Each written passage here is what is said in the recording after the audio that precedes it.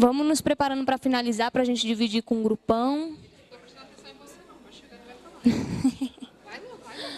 Acabou! Vamos tentando abrir uma roda maior para dar para a gente expor para todo mundo. Eu sei que vocês estão muito empolgados, entendeu? Seja mais enfática. Pessoal.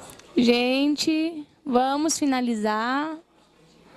A não ser que vocês queiram ficar aqui 7, 8 horas da noite. Eu me importo.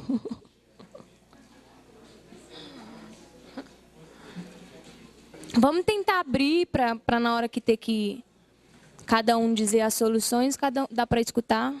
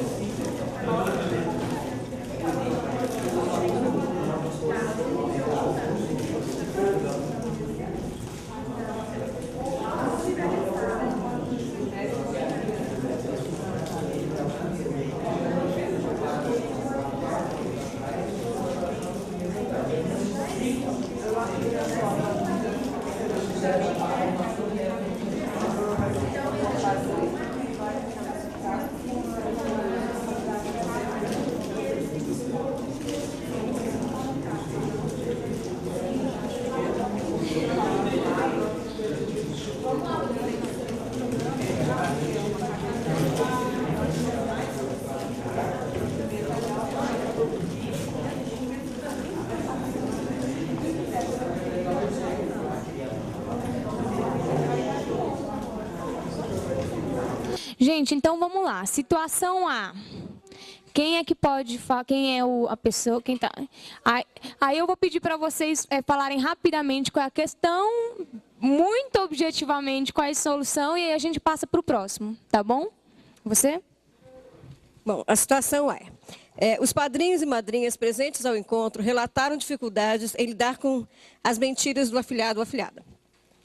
Vários expuseram situações específicas em que puderam perceber claramente que o afilhado não falava a verdade. Alguns colocaram suas dúvidas de como agir na dada situação. Outros explanaram situações semelhantes e atitudes adotadas por eles.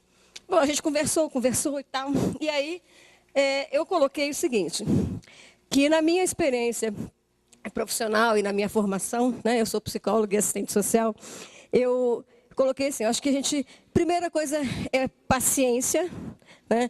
E não confrontar, porque eu acho que a gente, muito menos julgar, porque se eu já julguei que ele está mentindo, eu já estou colocando uma barreira, né, para qualquer possibilidade de relação. Né? Eu acho que precisa, nessa mentira, descobrir quando começou essa mentira, por que começou essas mentiras, né? E o que ele está querendo chegar, aonde ele está querendo chegar ou ganhar com essa mentira. Né? Para daí sim a gente poder trabalhar essas questões todas e oferecer a ajuda adequada. Né? Porque essa mentira, pode estar por trás dessa mentira, pode estar tanto significado, né? E que se a gente julga, né? Eu sempre falo isso, eu acho que a primeira coisa que a gente tem que fazer é nos dispuser, né, na verdade, dos nossos valores, né, e não julgar. Porque se eu julgo o outro, eu já levantei uma barreira e eu não vou conseguir fazer nada. Tá? Então, a gente chegou à conclusão de que a gente tinha que realmente buscar mais a fundo essas questões, conversar claramente. Olha, a gente vem percebendo que não é bem por aí, o que está acontecendo, né, para poder realmente conseguir ajudar essa criança. Rapidamente. Eu acho que o que ela colocou, o que fechou para mim, que eu achei muito importante, foi ela falar assim, que ela disse, que nós escolhemos ela para falar. Para nós não julgarmos, olharmos a criança, julgarmos com os nossos valores. Aí ela colocou assim, por exemplo, abuso sexual. Eu acho que ninguém na minha família vai fazer isso com uma criança. E, de repente, essa criança vem e conta para a gente. Não é? Então, assim, eu estou julgando com o meu valor, acho que ninguém vai fazer. E essa criança pode estar sendo abusada sexualmente por alguém da família. Então, é a questão que ela fala de ir buscar, ver o problema a fundo, nesse sentido, que eu acho que fechou para mim. Ok, agora eu vou ler qual foi a solução da nossa, né, equipe, enquanto também rede, para depois a gente fazer algumas conclusões finais, né? Vou ler rapidinho. Após a troca de experiências, a condução do grupo pela equipe se deu no sentido de contextualizar a questão da mentira por meio de exposição oral. Aí, a mentira é um recurso que todos nós utilizamos, é um recurso para não se sentir por baixo, é um recurso que funciona, é um recurso de proteção. E a importância do desenvolvimento da confiança mútua como forma de se reduzir sua incidência. Então, assim, soluções parecidas, né, com algumas especificidades, mas vamos passar para o próximo. Situação B. Quem ficou? Olá, gente, boa tarde. Boa noite, né?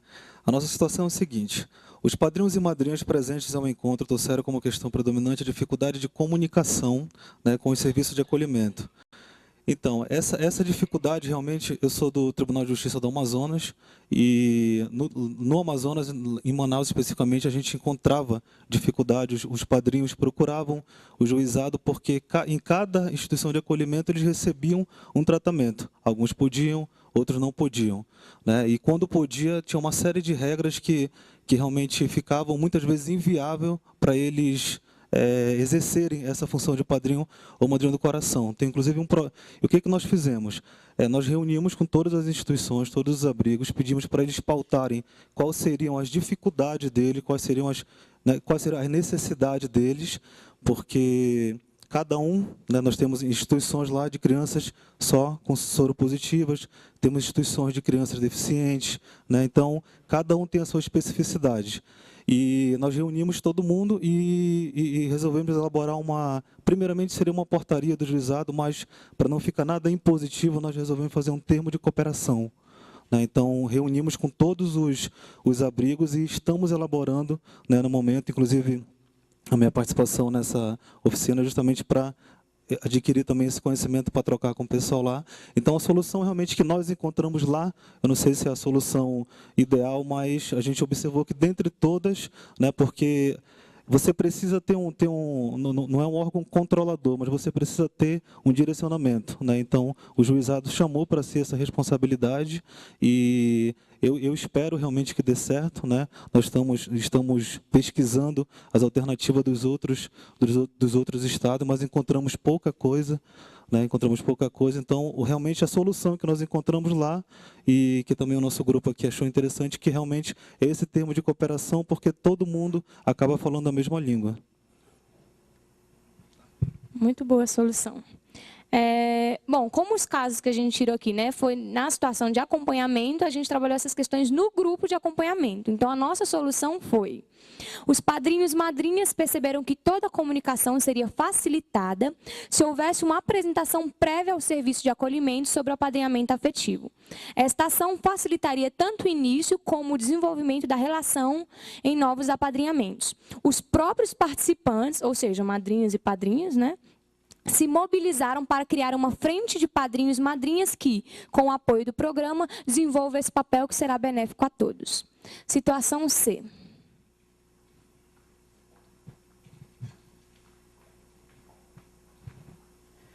Os presentes eram padrinhos e madrinhas de diferentes ciclos de preparação, ou não houve contato anterior entre eles. O grupo ainda estava no seu início e se mostrava um pouco acanhado para expor vivências mais pessoais do apadrinhamento afetivo. A gente teve um pouco de dificuldade de consenso com relação a diferentes ciclos de preparação, e padrinhos e madrinhas no exercício efetivo do apadrinhamento afetivo. Então, a gente ficou discutindo muito sobre estarmos em momentos diferentes de oficinas ou no ciclo de acompanhamento do apadrinhamento afetivo. Mas discutimos que o fato de eles não se conhecerem entre si era um dificultador da expressão das vivências, das dificuldades. Então, a apresentação, uma dinâmica de aquecimento e uma apresentação de todo mundo seria necessário. E um segundo momento, que é uma técnica que a gente utiliza, e eu utilizo muito na minha prática, é de utilizar algum recurso objetivo. Eu geralmente utilizo a mão direita e a mão esquerda, com um certo equilíbrio entre o recurso utilizado, pode ser um carro, por exemplo, um caminhão que tem 4 rodas, uma bicicleta que tem 2, para expressar pontos positivos da experiência e os outros 5 dedos, os 5 dificultadores da experiência. As 5 emoções positivas e as 5 ansiedades, angústias que a gente viveu. Para ter um equilíbrio e partir a partir desses elementos identificados pelos diferentes componentes do grupo, de coisas que são coletivas e proporcionar uma discussão pautada nesses elementos. Foi isso que a gente discutiu, então. Bom, e a solução da nossa equipe aqui, né? A equipe fez uso de uma matéria de jornal sobre apadrinhamento. A matéria contava o desenvolvimento da relação entre uma madrinha do programa, né, de apadrinhamento afetivo, com seu afilhado ao longo de 5 anos. Foi sugerido, então, que cada padrinho e madrinha ali presente confeccionasse uma reportagem contando a sua história com seu afilhado. A partir do compartilhamento dessa tarefa, observou-se um movimento de identificação entre os participantes que permitiu o debate de questões relevantes ao grupo como um todo. Então, assim, depois se sentiram mais à vontade por meio de uma reportagem e tudo mais. Situação D, né? E penúltima. Questão. O programa Apadrinhamento Afetivo mantém o compromisso de se renovar e aprimorar sua metodologia constantemente. Algumas mudanças no desenvolvimento do trabalho são sutis, outras produzem alterações mais radicais. Quando a dinâmica do processo se modifica significativamente, alguns atores da rede podem necessitar de um acompanhamento mais próximo. Essa é a situação. Aí a gente falou que a comunicação entre a rede deve ser eficaz. O ator que estiver se sentindo prejudicado deve sinalizar, pedir ajuda, para então poder ser ajudado. E nossa solução foi disponibilizar atendimento individual para o padrinho ou madrinha que manifeste dificuldades sistemáticas à ocasião da transição da metodologia. Trata-se de um suporte pessoal momentâneo que pode e deve ser revertido ao grupo assim que possível. Última situação.